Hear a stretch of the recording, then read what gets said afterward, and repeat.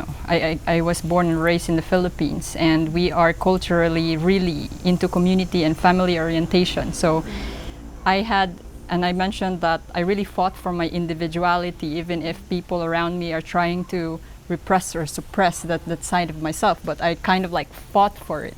And then the journey of traveling across Western countries made me realize that, oh, these people are too individualized, and I kind of like navigated my way around it with still having the background of my family, but I have to detach myself from them for me to be able to navigate my way, my life, the way other people are showing it to me, because I grew out from the community that I belong to. So the people I was surrounded with was really into their own individuality and self-actualize. For us, in back in the Philippines, I can see the people, my colleagues, my friends that I'm really close to, they're still in that state of, like family orientation. Okay, they haven't really explored their individuality and they don't know who they are, which for me, in that sense, I feel like just step outside, just discover yourself, but it doesn't land in their head. It really didn't like make sense. But I also got to a point where I detached myself to that community, too individualized, that I was so lonely.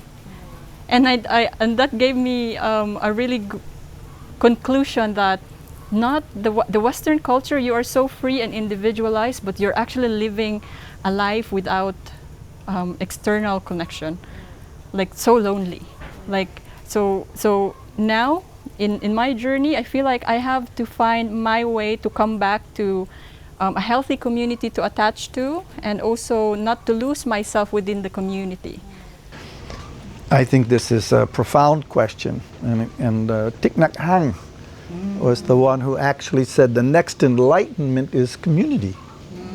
So if we can think of how we can develop as individuals, it doesn't mean to take a path that separates ourselves from community or family.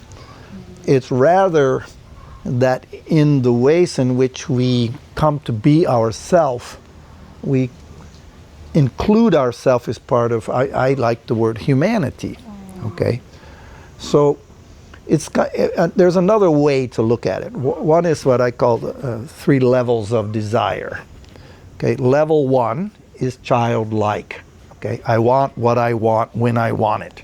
Okay, and we shouldn't get rid of that. Okay, but mostly if we mature, we're going to move to level 2, which is I want what's good for me, what's healthy, what considers my well-being. Okay, and level 3 is is my desire to want what's good for me and is congruent with humanity. Okay, it's not separate. It's not isolating myself as a way of being oppositional, or it's looking at how each one of us as individuals can represent what is the potential for humanity.